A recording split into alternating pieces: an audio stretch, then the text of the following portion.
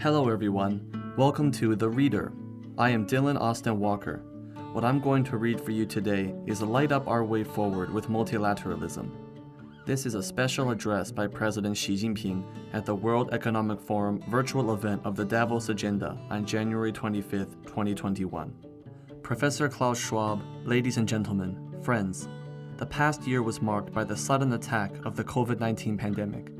Global public health faced a severe threat, and the world economy was mired in deep recession. Humanity encountered multiple crises on a scale unseen in history. The past year also witnessed the enormous resolve and courage of people around the world in battling the deadly coronavirus. Guided by science, reason, and a humanitarian spirit, the world has achieved initial progress in fighting COVID-19. That said, the pandemic is far from over. The recent resurgence in COVID cases reminds us that we must carry on the fight. Yet we remain convinced that winter cannot stop the arrival of spring, and darkness can never shroud the light of dawn.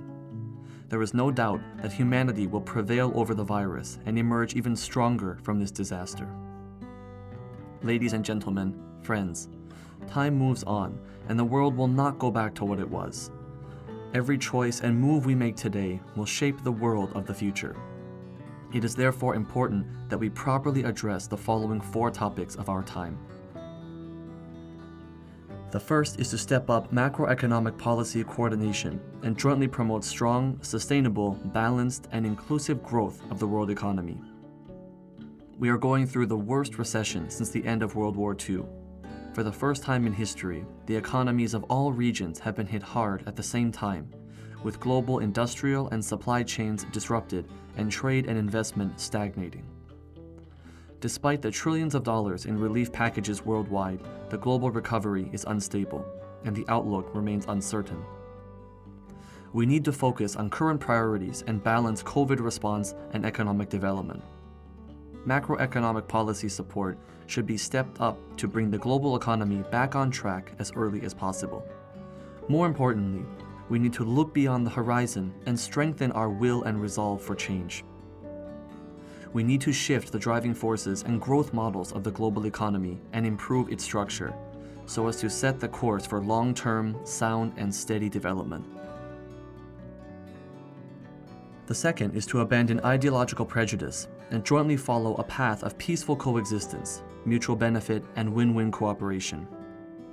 No 2 leaves in the world are identical. The same holds true for our histories, cultures, and social systems. Each country is unique with its own history, culture, and social system, and none is superior to others. What is important is whether a country's social system fits its national conditions, enjoys public endorsement and support, serves to deliver political stability, social progress, and better lives, and contributes to human progress. The differences in our histories, cultures, and systems are as old as human societies themselves. They are the intrinsic characteristics of human civilization, which would have long perished without diversity. Diversity is an objective reality, and this will not change. Difference in itself is no cause for concern. What does sound the alarm is arrogance, prejudice, and hatred. It is the attempt to impose a hierarchy on human civilization or force one's own historical experience, culture, and social system upon others. All countries should pursue peaceful coexistence on the basis of mutual respect, seek common ground while shelving differences, and promote exchanges and mutual learning. This will give impetus to the development of human civilization. The third is to close the divide between developed and developing countries, and jointly bring about growth and prosperity for all. Today, inequality continues to grow. The North-South gap remains unbridged, and sustainable development faces severe challenges. As countries grapple with the pandemic, their economic recovery is following divergent trajectories, and there is a risk that the North-South gap will widen further or even be perpetuated. Developing countries are aspiring to obtain more resources and space for development, and they are calling for stronger representation and a louder voice in global economic governance. We should recognize that the growth of developing countries will put global prosperity and stability on a more solid footing, and developed countries will stand to benefit from such growth. the international community should keep its eye on the long term, honor its commitments, provide necessary support to developing countries, and safeguard their legitimate development interests. Equal rights, equal opportunities, and equal rules should be strengthened so that all countries will benefit from the opportunities and fruits of development. The fourth is to come together against global challenges and jointly create a better future for humanity. In this era of economic globalization, public health emergencies like COVID-19 may very well recur, and global public health governance needs to be reinforced. The Earth is our one and only home. The future of humanity depends on scaling up efforts to address climate change and promote sustainable development. No global problem can be solved by any one country alone. There must be global action, global response, and global cooperation. Ladies and gentlemen, friends, the problems confronting the world are intricate and complex. Their solutions will come through upholding multilateralism and building a global community of shared future. We should stay committed to openness and inclusiveness and avoid closure and exclusion. Multilateralism is about having international affairs addressed through consultation and the future of the world decided by everyone working together. To create exclusive circles or start a new Cold War, to reject, threaten, or intimidate others, to grant oneself the right to engage in arbitrary decoupling, supply disruption, or sanctions, and to create isolation or estrangement will only push the world into division and eventual confrontation. We cannot tackle common challenges in a divided world, and confrontation will lead us nowhere. Humanity has learned the lesson the hard way, and that history is not long gone. We must not return to the path of the past. The right approach is to act on the vision of a global community of shared future. We should uphold the common values of humanity: peace, development, equity, justice, democracy, and freedom. Rise above ideological prejudice. Make the mechanisms, principles, and policies of our cooperation as open and inclusive as possible, and jointly safeguard world peace and stability. We should build an open world economy, uphold the multilateral trading system, discard discriminatory and exclusionary standards, rules, and systems, and break down barriers to trade, investment, and exchanges of technology. We should strengthen the G20 as the premier forum for global economic governance, engage in closer macroeconomic policy coordination, and keep the global industrial and supply chains open and stable. We should ensure the sound operation of the global financial system, promote structural reform, and expand global aggregate demand in an effort to strive for higher quality and stronger resilience in global economic development. We should stay committed to international law and international rules instead of seeking supremacy. The ancient Chinese believed that the law is the very foundation of governance. International governance should be based on rules agreed and consensus reached by all, not on the order imposed by one or the few. The Charter of the United Nations provides the basic and universally recognized norms governing state-to-state relations. Without international law and international rules that are formed and recognized by the global community, the world may return to the law of the jungle, and the consequence would be devastating for humanity. We need to be resolute in championing the international rule of law and steadfast in our resolve to safeguard the international system centered on the UN and the international order based on the international law. Multilateral institutions provide the platforms for putting multilateralism into action, and they are the basic architecture underpinning multilateralism. Their authority and effectiveness should be respected and safeguarded. State-to-state relations should be coordinated and regulated through proper institutions and rules. The strong should not abuse the weak. Decisions should not be forced through by a display of strong muscles or by waving a big fist. Multilateralism should not be used as a pretext for acts of unilateralism. Principles should be observed, and rules once made should be followed by all. Selective multilateralism should not be an option. We should stay committed to consultation and cooperation rather than conflict and confrontation. Differences in history, culture, and social system should not be an excuse for antagonism or confrontation, but rather an incentive for cooperation. We should respect and accommodate differences, avoid meddling in other countries' internal affairs, and resolve disagreements through consultation and dialogue. History and our experience have made it clear time and again that the misguided approach of antagonism and confrontation, be it in the form of Cold War, hot war, trade war, or tech war, will eventually hurt all countries' interests and undermine everyone's well-being. We should reject the outdated Cold War and zero-sum game mentality, adhere to mutual respect and mutual accommodation, and reinforce political trust through strategic communication. It is important that we stick to the cooperation concept based on mutual benefit, say no to narrow-minded, selfish beggar-thy-neighbor policies, and stop the practice of keeping to oneself all advantages gained in development. Equal rights to development should be guaranteed for all countries to promote common development and prosperity. We should advocate fair competition, like competing with each other for excellence on a racing track, not attacking each other in a life-or-death fight. We should stay committed to keeping up with the times. The world is undergoing change on a scale unseen in a century, and now is the time for major development and major transformation. To uphold multilateralism in the 21st century, we should promote its best traditions, take on new perspectives, and look to the future.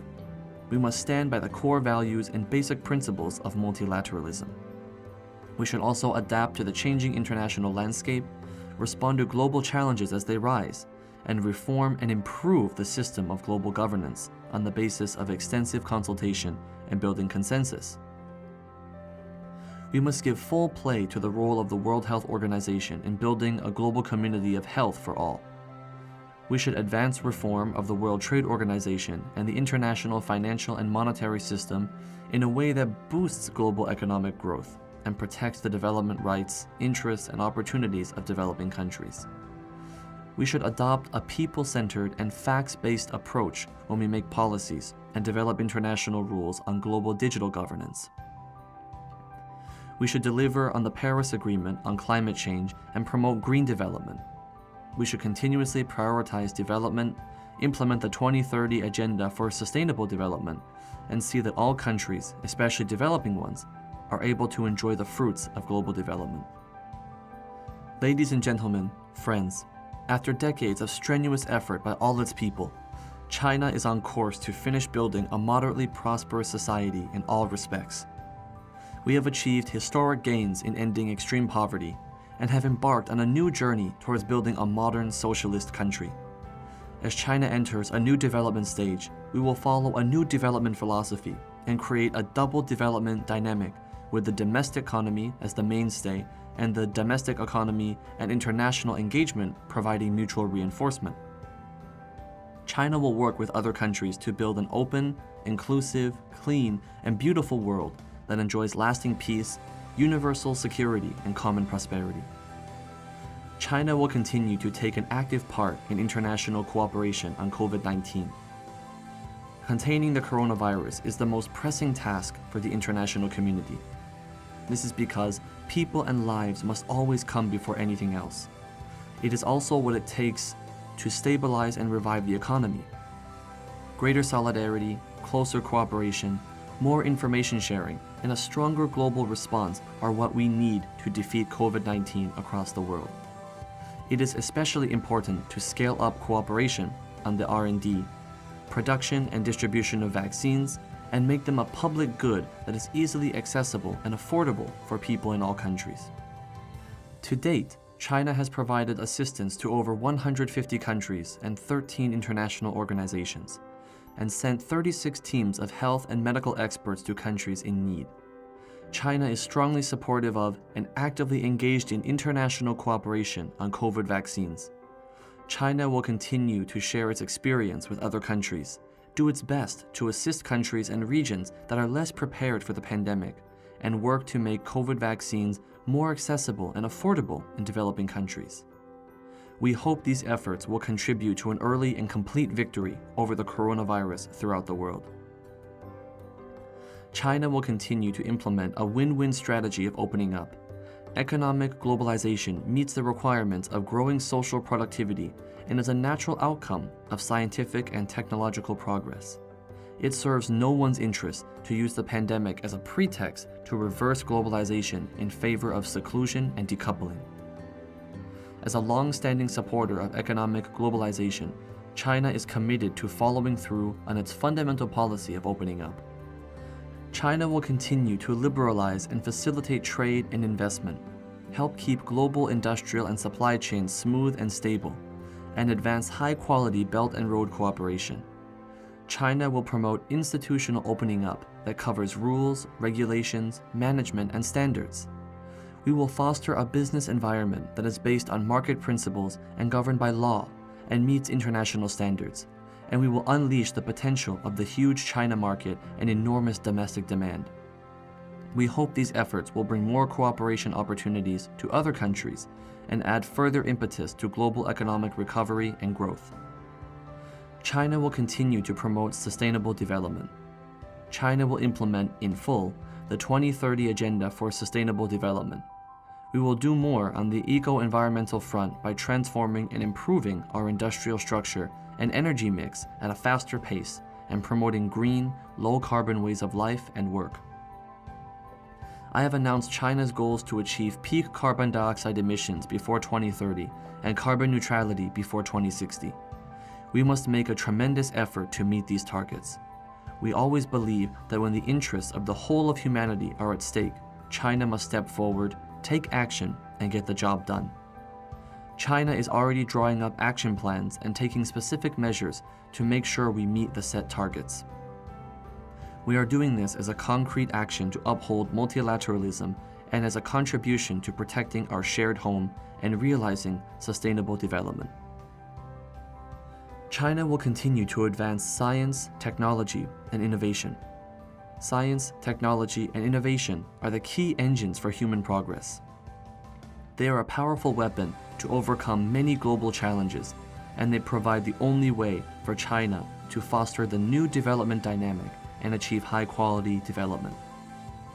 China will invest more in science and technology, develop an enabling system for innovation as a priority, turn breakthroughs in science and technology into productive forces at a faster pace, and strengthen protection of intellectual property rights, all with the goal of fostering innovation-driven, higher quality growth.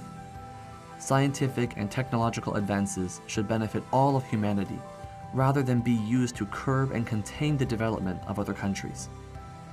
China will be more open in its thinking and actions with regard to international exchanges and cooperation on science and technology.